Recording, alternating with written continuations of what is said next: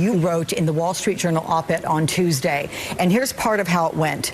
I can defeat Trump in the Clinton Doctrine, in which you write, whether Mrs. Clinton's name is on the ballot or not, her foreign policy will be, as many of the Democratic candidates adhere to her doctrine of acting as the world's police, using the tools of war to overthrow governments we don't like, wasting taxpayer dollars, costing American lives, causing suffering and destruction abroad, and undermining America's security.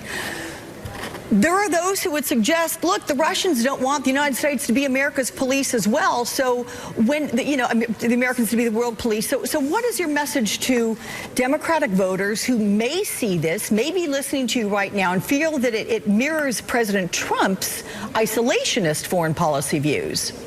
I think the American people are smarter than to buy into these crazy smear tactics and baseless accusations.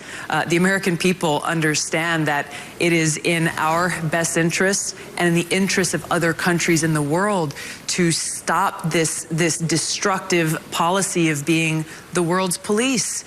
We have seen again over and over the cost and devastating consequences of this that really represent not only Hillary Clinton's foreign policy, but represent George W. Bush's foreign policy. And this was my point in that op-ed, is that you see the lack of experience in foreign policy and national security amongst the vast majority of Democratic candidates running for president, which means that if elected, they will walk into the Oval Office on day one having to fulfill the responsibility of commander-in-chief, but will lack the understanding and experience to do so, and will therefore lean on the foreign policy establishment in Washington to influence the decisions that they're making. And this establishment crosses both party lines and will continue the destructive and costly foreign policy of being the world's police that we've seen for far too long.